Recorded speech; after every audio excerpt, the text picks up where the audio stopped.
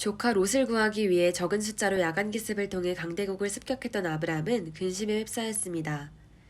적군이 어둡고 취했던 중에 풋내기에게 당한 것을 알게 된다면 전력을 재정비해서 다시 쳐들어올 수도 있었기 때문입니다. 이때 하나님께서 아브람에게 오셔서 이름을 불러주시면서 아브람아 두려워 말라 나는 너의 방패라 하고 안심시켜 주십니다. 하나님께서 강력한 보호자가 되어주시겠다는 말씀입니다. 또한 나는 너에게 큰 보상이라 하십니다. 여기서 보상이란 전쟁 직후에 하신 말씀이므로 그동안 반복해온 축복의 약속보다는 이 전쟁의 대가로 보상을 주시겠다는 뜻에 가깝다고 볼 수 있겠습니다. 즉 소돔 왕으로 인해 하나님의 공이 가려지지 않게 하려고 아브람이 전리품을 하나도 갖지 않은 것에 대해 하나님이 기뻐하시고 큰 보상으로 갚아주시겠다는 뜻입니다. 또한 아브람이 불쌍한 롯을 구하기 위해 예수님의 사랑과 희생을 방불케 하는 실천을 한 것에 대해 하나님께서 매우 기뻐하시고 상을 주시려는 것입니다. 하나님은 때가 되면 인간을 위해서 그의 아들 그리스도를 희생시킬 것인데 사람들이 이와 같이 그리스도의 사랑을 실천하며 매우 기뻐하십니다.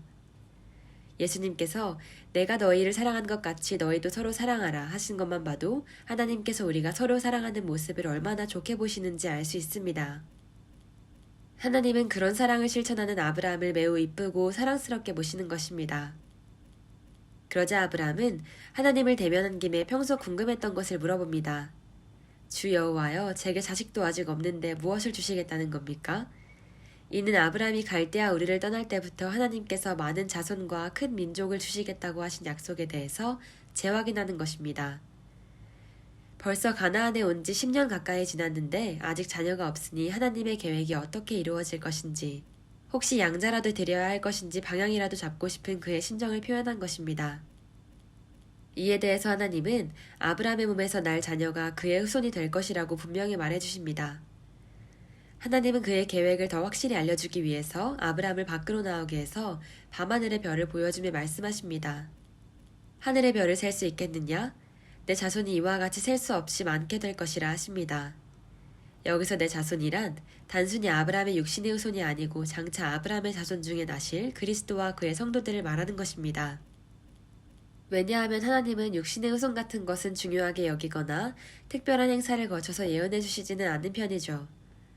하나님의 모든 관심은 아브라함을 통해 나실 그리스도와 그를 통한 하나님의 영적 자녀들이 번성하는 데에 있습니다.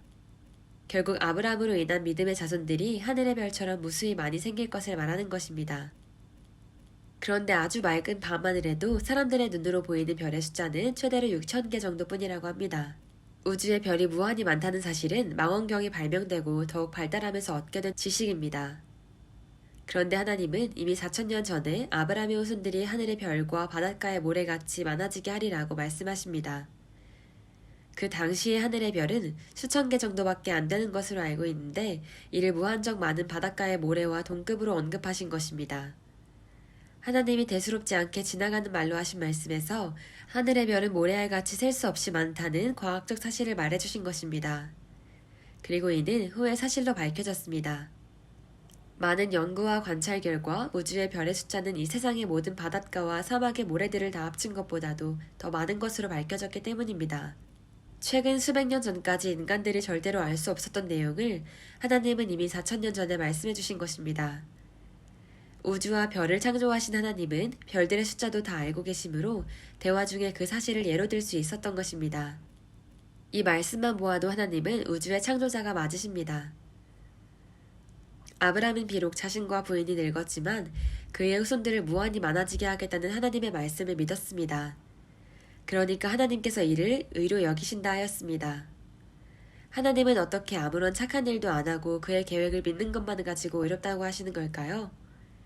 사실 착한 행실로는 의인이 될 수 없습니다. 다만 하나님의 자녀들은 선행으로 인해 이 땅과 천국에서 상을 받을 수 있게 될 뿐입니다. 인간이 의롭다 인정받는 건 완전하신 하나님 앞에서는 절대로 불가능한 것입니다. 인간의 죄의 본성과 스스로 짓는 죄 때문입니다. 인간이 선행을 한다 해도 이기적인 계산이 전혀 없는 100% 순수한 선행을 하기도 어렵습니다. 선한 행실로 우리들의 죄를 상쇄하거나 지워버리는 것도 이 세상의 법으로나 천국의 법으로 안 되는 것입니다. 우리 속에서 끊임없이 올라오는 선하지 못한 생각들도 인간을 하나님 앞에 완전한 의인이 될 수 없게 합니다. 하나님께 의롭다 인정받으려면 반드시 하나님의 기준인 믿음이 있어야 합니다. 인간의 불완전한 선행보다는 예수님의 완전한 희생과 이것을 믿는 대가로만 의롭다고 판정받을 수 있는 것입니다. 아브라함은 무엇을 믿어서 의롭다는 말을 듣게 된 것일까요? 아브라함의 몸에서 후손이 날 것이라는 하나님의 말씀을 믿은 것뿐인데 사실 이 말씀에는 앞으로 오실 예수 그리스도에 대한 예언까지 들어있었던 것입니다. 요한복음 8장 56절에서는 아브라함이 예수 그리스도가 그의 후손 중에서 날 것을 알고 이를 기뻐하였다 했습니다. 즉 아브라함에게 그리스도에 대한 믿음이 있었기 때문에 의롭게 여김을 받았다고 볼 수 있을 것입니다. 의인은 오직 믿음으로서만 살 수 있는 것입니다. 아브라함은 자손 문제에 대해 하나님의 확실한 약속을 받자 이번에는 땅 문제를 질문합니다. 그럼 이 땅을 주신다는 증거는 무엇입니까? 아브라함이 가나안 땅을 소유하고 자손 대대로 물려줄 수 있게 될 증거를 보여달라고 요구한 것입니다. 이는 아브라함의 불신앙이 아니라 하나님의 약속을 더욱 확실히 구체적으로 믿기 위한 마음이라 할 수 있을 것입니다. 하나님은 아브라함의 요구를 들어주시려고 3년 된 암소와 3년 된 암염소와 3년 된 수양과 산비둘기와 집비둘기 새끼로 제사를 준비하라 하십니다. 여기서 3년 된 제물이란 충분히 성숙되고 값진 것들, 짐승 중에 가장 좋은 것들이라 할 수 있을 것입니다. 하나님께는 이렇게 좋은 것으로 드려야 할 것입니다. 아브라함은 하나님의 지시하신 대로 제물들의 중간을 쪼개서 마주보게 하고 채는 쪼개지 않고 준비합니다. 이는 하나님께서 지시하신 것으로 보입니다. 이렇게 제물들의 중간을 쪼개서 준비하는 것은 고대 이스라엘 주변에서 언약이나 동맹을 체결할 때 흔히 시행했고 이스라엘에서도 유행했던 방식입니다. 이는 만약 조약을 어길 경우 이렇게 쪼개지는 죽음이라도 각오해야 할 것을 상징하는 것이라 합니다. 이 방식은 쌍방이 쪼갠 제물 사이로 지나가는 순간 계약이 최종 성사되는 것입니다. 하나님은 아브라함이 쉽게 이해할 수 있도록 당대에 널리 행해지는 방식으로 언약 체결식을 해주신 것입니다.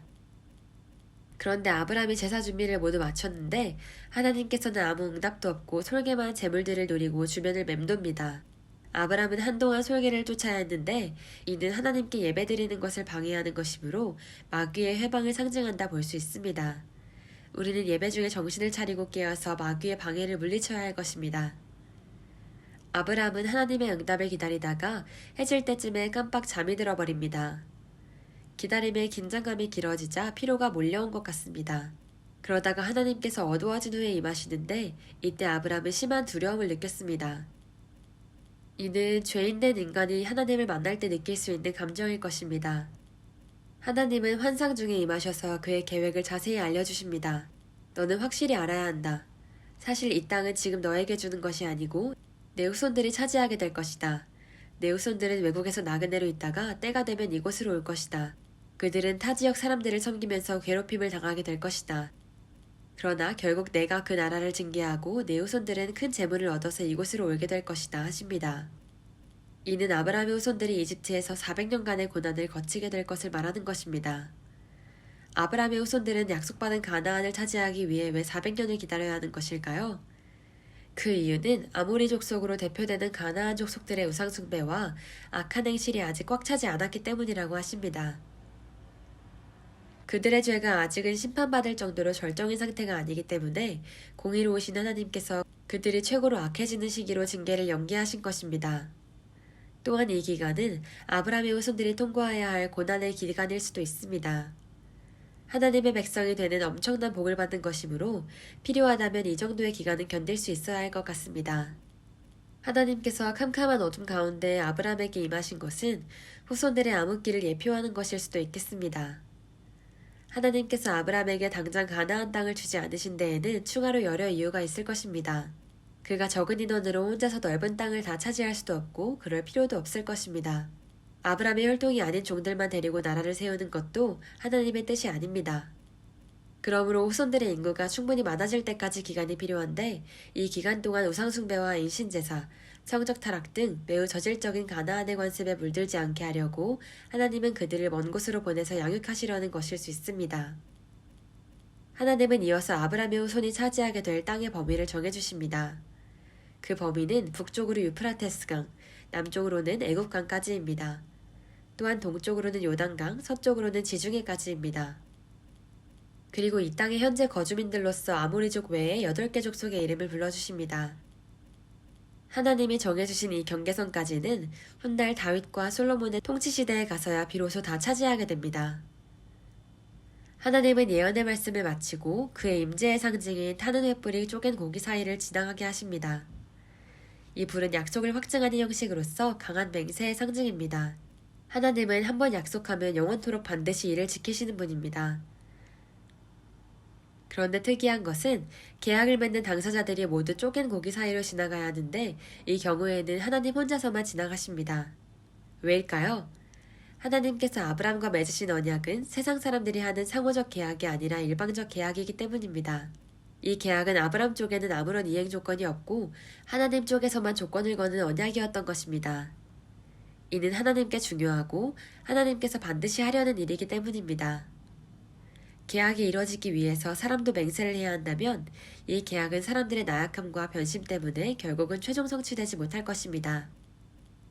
그러나 완전하시고 신실하신 하나님이 독립적으로 하신 계약이므로 이는 반드시 성취될 것입니다. 횃불에 쪼갠 재물 사이를 지나가는 것은 현대로 말하면 계약서에 인감도장을 찍는 것과 같은 행사라고 볼 수 있습니다. 이를 요즘의 부동산 계약서와 비교해 보겠습니다. 부동산 매매 계약서의 필수 내용이라면 현 주인의 이름, 매수자의 이름, 부동산의 소재지, 양도 날짜, 양도 가격 등을 적고 사인과 도장을 찍는 것입니다.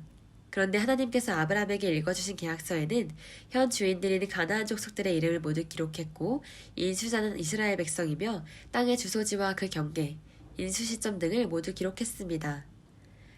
매개 가격은 현 거주자들의 자격 미달 사태로 인해 땅의 원래 주인이신 하나님이 그들의 권리를 몰수하는 것이므로 가격이 없습니다.